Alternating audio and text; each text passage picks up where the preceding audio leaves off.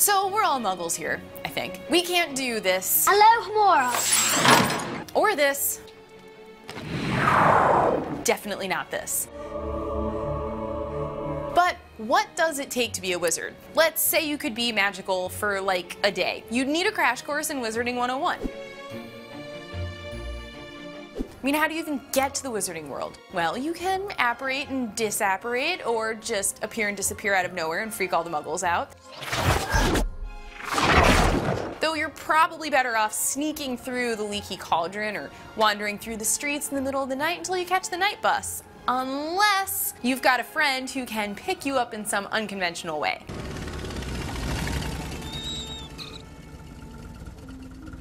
Now that you're actually in the wizarding world, you need wizarding stuff from Diagon Alley. If you get there by Floo powder, just be sure to say Diagon Alley, not this. Diagonally. Yeah, you don't want to end up skulking around Nocturne Alley. But you're still going to have to deal with those creepy goblins at Gringotts Bank and convert your muggle currency. Mr. Harry Potter wishes to make a withdrawal. And does Mr. Harry Potter have his key? It's not you, they're always like that. You need to look like a wizard if you don't want to be treated like a fascinating muggle specimen. Meaning, a cloak and a hat at the very least, though full-on robes are a little more legit. Even if you do end up stepping on them a couple times before you get the hang of it. Skip the dress robes. At least for now, don't need them. Murder me, Harry. Even if you're wearing the latest fashion, you can't actually do magic without a wand. The wand chooses the wizard, so if you wave a random wand and it blows something up, it's totally not your fault. It just doesn't like you. Don't take it personally, it's a wand. You might have to spend the whole day accidentally breaking things. If you're gonna brew potions, you also need a cauldron, preferably cast iron, and way more ingredients than just Eye of Newt, Toe of Frog, or Wing of Bat, though you'll probably need those too, so hang on to them if you have them laying around. You also have to have some kind of idea of what you're brewing, or things could go this level of wrong. Look at my face.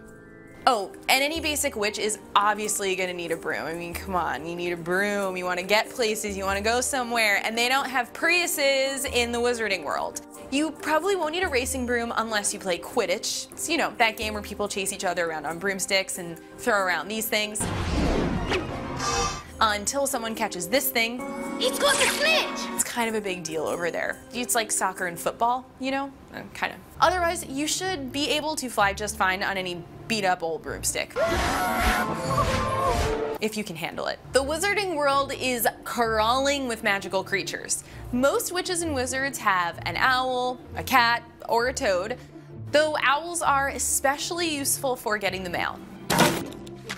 Most of the time. Of course, there's always that person who's hatching a dragon, calling a three-headed dog Fluffy, hiding a really big spider in the Forbidden Forest, or flying a hippogriff.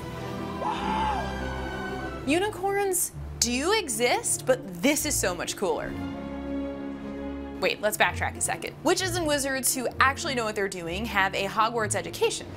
Welcome to Hogwarts. Right? Of course. Because you can't legally do magic unless you've passed your Owl and Newt exams. And you really don't want to get in trouble with the Ministry of Magic. Really. Before you can actually start learning witchcraft and wizardry, you have to start the 6th grade by going to platform 9 3/4 without breaking your face, riding the Hogwarts Express to an undisclosed location, and being sorted into whatever house this talking hat thinks you fit into. Ha! Gryffindor, Hufflepuff, and Ravenclaw are all great, but getting Slytherin is not the end of the world. Not Slytherin. Not Slytherin, eh? At least for some people. There's no spell to pass the weird and sometimes brain-defying courses you'll have to take over the next 6 years, so you're actually gonna have to study, like, pretty hard. Just watch out because some of those books do bite. There's also an epic library, but stay away from the restricted section, especially after dark. Those magical kinds of detentions just aren't worth it. So you'd better stay out of trouble if you want enough time to do your homework for all those courses, including transfiguration or turning things into other things. Divination, which involves all that new age gazing into crystal balls and like reading tea leaves. You're gonna suffer, but you're gonna be happy about it. Herbology, which is like botany for magical plants. Care of magical creatures, my personal favorite, which would probably be called Cryptozoology in the Muggle world. Say hello to Buckbeak. Except everything crypto over here is actually real over there, so I don't know how that would work. Potions, which is pretty self-explanatory. It's, you know, making potions.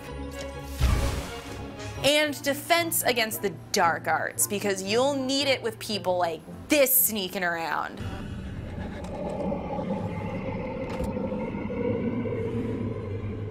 You'll end up having a different teacher almost every year for defense against the dark arts, because it's kind of like a cursed position. So you could get an evil creep hiding Voldemort in his turban, ew, a fake celebrity, a werewolf, a real witch, an escaped convict in disguise, or him. Turn to page 394. After you learn how to fly on a broom without breaking every bone in your body, and how to swish and flick your wand the right way without, you know, setting the whole castle on fire. Wingardium Leviosa. Well done, dear. You may or may not have to get rid of a massive snake. Conjure a Patronus charm to get rid of those pesky dementors. Break into the Department of Mysteries to fight whatever's hiding in there. Well done, Neville. Bust another snake and face off against the most evil wizard who ever existed. Even if it's not really on the curriculum, extracurricular activities are very big at Hogwarts. Get out of that alive and you're pretty much guaranteed to pass everything. Do you think you've got the toil and trouble to be a wizard? Let us know in the comments. And also say what house you would be and why, and what house you definitely wouldn't be. Just write some Harry Potter fanfic in the comments. That's what I'm asking for.